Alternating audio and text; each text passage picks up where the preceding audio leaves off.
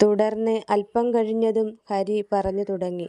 അതല്ലെങ്കിലും ജയകൃഷ്ണൻ്റെ ഒരു സ്വഭാവം അങ്ങനെയാണ്.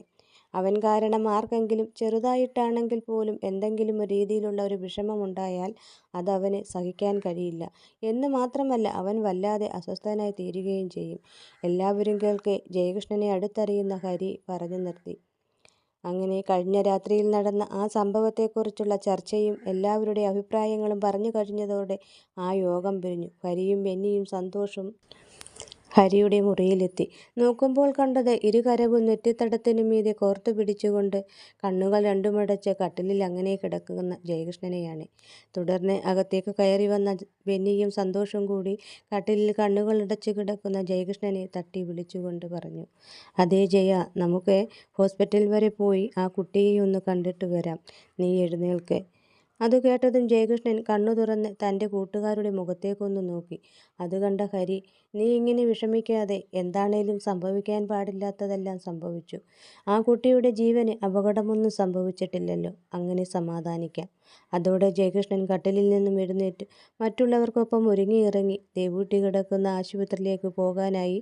ഹരിയുടെ വീട്ടിൽ നിന്നും പുറത്തേക്കിറങ്ങി 2 ബൈക്കുകളിലായി അവർ ആശുപത്രിയിലേക്ക് പുറപ്പെട്ടു. ഇപ്പോൾ സമയം വൈകുന്നേരം 6:30. ഹരിയും കൂട്ടുകാരും ദേവൂട്ടി കിടക്കുന്ന ആശുപത്രിയിലെത്തി. ഈ സമയം ആ മുറിയിൽ ദേവൂട്ടിയുടെ അനുജത്തിമാരിൽ ഒരാളായ അപർണ മാത്രമേ അവിടെ ഉണ്ടായിരുന്നുള്ളൂ. അവരെ കണ്ടതും അപർണ മുറിക്കകത്തേക്ക് കയറി വരുന്ന ഹരിയെ മാത്രമേ അവൾക്ക് പരിചയമുണ്ടായിരുന്നുള്ളൂ.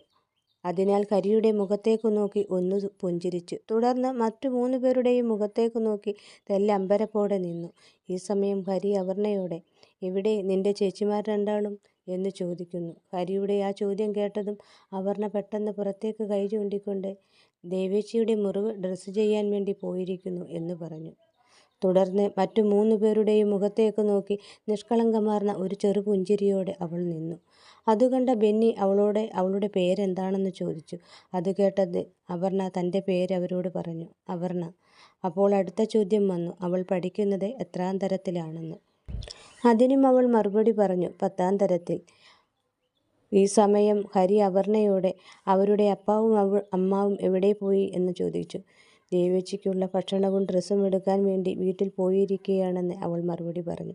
അങ്ങനെ അവർ അപർണയുമായി സംസാരിച്ചിരിക്കെ ദേവൂട്ടിയും അനുജത്തി അശ്വതിയും അവിടേക്ക് വന്നു.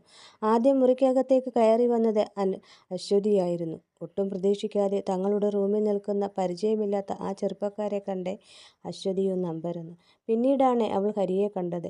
അതോടെ അവളുടെ മുഖത്തെ അമ്പരപ്പും ടെൻഷനും മാറി. ഒരു ചെറു പുഞ്ചിരിയോടെ അവൾ ഹരിയുടെ മുഖത്തേക്ക് നോക്കി. ഈ സമയം ഹരി തൻ്റെ കൂട്ടുകാർക്ക് അശ്വതിയെ പരിചയപ്പെടുത്തി.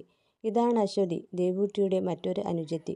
അത് കേട്ട ബെന്നിയും സന്തോഷും ജയകൃഷ്ണനും അശ്വതിയുടെ മുഖത്തേക്ക് നോക്കി പുഞ്ചിരിച്ചു. അത് കണ്ട അശ്വതിയും അവരെ നോക്കി പുഞ്ചിരിക്കുന്നു. ഈ സമയം അപർണ അശ്വതിയോടെ, "അശ്വതിക്കൊപ്പം വന്ന ദേവൂട്ടി എവിടെയെന്ന് ചോദിക്കുന്നു. അത് കേട്ട അശ്വതി, "എന്നോട് പിണങ്ങി പിന്നാലെ വരുന്നുണ്ട് ദേവേച്ചി." അശ്വതി പറഞ്ഞു. ഈ സമയം അശ്വതി പറഞ്ഞ ആ മറുപടി കേട്ടതും അപർണ അശ്വതിയോടെ, "ഡ്രസ്സ് ചേഞ്ച് ചെയ്യാൻ ഇവിടെ നിന്നും പോകുമ്പോൾ ദേവേച്ചിക്ക് പിണക്കമൊന്നും ഉണ്ടായിരുന്നില്ലല്ലോ. പിന്നിപ്പോൾ പെട്ടെന്ന് ഇതെന്ത് സംഭവിച്ചു?" അത് കേട്ടതും അപർണ അശ്വതി തുടർന്നു, "അതെ, ദേവേച്ചിക്കിപ്പോൾ വീട്ടിൽ പോകണമെന്ന്. അക്കാര്യം ഞാൻ ഡോക്ടറോട് പറയണമെന്നും. അത് പറയാത്തതിൻ്റെ ദേഷ്യമാണ് ദേവേച്ചിക്ക് എന്നോട്." ഈ സമയം അവർ തമ്മിലുള്ള പറയുന്ന കാര്യങ്ങളെല്ലാം കേട്ട് ഹരിയും കൂട്ടുകാരും അശ്വതിയെയും അപർണയെയും നോക്കി അങ്ങനെ നിൽക്കുകയാണ്. അവർ അങ്ങനെ നോക്കി നിൽക്കെ ദേവൂട്ടി ആ മുറിയിലേക്ക് കയറി വന്നു. അവിടേക്ക് കയറി വന്ന ദേവൂട്ടി ഒട്ടും പ്രതീക്ഷിക്കാതെ മുറിയിൽ നിൽക്കുന്ന ആ ചെറുപ്പക്കാരെ കണ്ട് പെട്ടെന്ന് ഷോക്കേറ്റതുപോലെ മുന്നോട്ട് നടക്കാൻ കഴിയാതെ അവിടെ തന്നെ നിന്നു പോകുന്നു. ദേവൂട്ടിയുടെ അമ്പരന്നുള്ള ആ നിൽപ്പ് കണ്ട് എല്ലാവരും ദേവൂട്ടിയെ തന്നെ നോക്കി നിന്നു. ഈ സമയം ദേവൂട്ടിയുടെ വേഷമാകട്ടെ ഓപ്പറേഷൻ സമയത്ത് പേഷ്യൻ്റ് ധരിക്കാറുള്ള പച്ച കുപ്പായവും വെള്ള ഷാളുമായിരുന്നു. മുറിക്കകത്തേക്ക് കയറി വന്ന് തങ്ങളെ കണ്ട് ഷോക്കേറ്റതുപോലെ അമ്പരന്ന് നിൽക്കുന്ന ദേവൂട്ടിയെ ഹരിയൊഴികെ മറ്റു 3 പേരും അടിമുടിയൊന്ന് നോക്കി. അങ്ങനെ ദേവൂട്ടിയെ തന്നെ നോക്കി നിൽക്കുന്ന ബെന്നിയുടെയും സന്തോഷിൻ്റെയും ജയകൃഷ്ണൻ്റെയും മനസ്സിൽ പോലീസ് സ്റ്റേഷനിൽ നിന്നും ഹരിയുടെ വീട്ടിലെത്തിയപ്പോൾ ഹരിയും വീട്ടുകാരും ദേവൂട്ടിയെക്കുറിച്ച് അവരോട് സംസാരിച്ചിരുന്നു. ആ സമയം അവരുടെ 3 പേരുടെയും മനസ്സുകളിൽ ദേവൂട്ടിയെക്കുറിച്ചുള്ള ഒരു ചിത്രമുണ്ടായിരുന്നു. സാധാരണ ഏതൊരാളും ചെയ്യാറുള്ള ഒരു കാര്യം.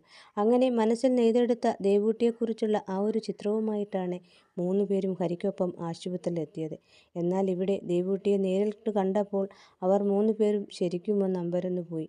കാരണം അവർ മനസ്സിൽ സങ്കല്പിച്ച ആ ഒരു രൂപമായിരുന്നില്ല അവരുടെ കൺമുന്നിൽ നിൽക്കുന്ന ദേവൂട്ടിക്ക്. ഒരു ദേവദാസിയെപ്പോലെ അതിസുന്ദരിയായൊരു പെൺകുട്ടി.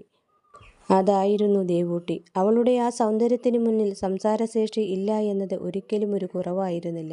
ദേവൂട്ടിയെപ്പോലെ ഇത്ര സുന്ദരിയായ ഒരു പെൺകുട്ടിയെ ഇതിനു മുമ്പ് എവിടെയും അവർ കണ്ടിട്ടുണ്ടായിരുന്നില്ല. അതുകൊണ്ട് തന്നെ അവർ 3 പേരും ഒരു നിമിഷം ചുറ്റുപാടുപോലും മറന്ന് ദേവൂട്ടിയെ തന്നെ നോക്കി നിന്നു പോകുന്നു. ഒടുവിൽ 3 പേരും ദേവൂട്ടിയിൽ നിന്നുള്ള നോട്ടം പിൻവലിച്ചു. ശേഷം അവർ 3 പേരും തമ്മിൽ പരസ്പരം മുഖാമുഖമൊന്ന് നോക്കി. അവരുടെ ആ നോട്ടത്തിൽ അവർ തമ്മിൽ പറയാതെ പറഞ്ഞ കുറേ കാര്യങ്ങളും ഉണ്ടായിരുന്നു.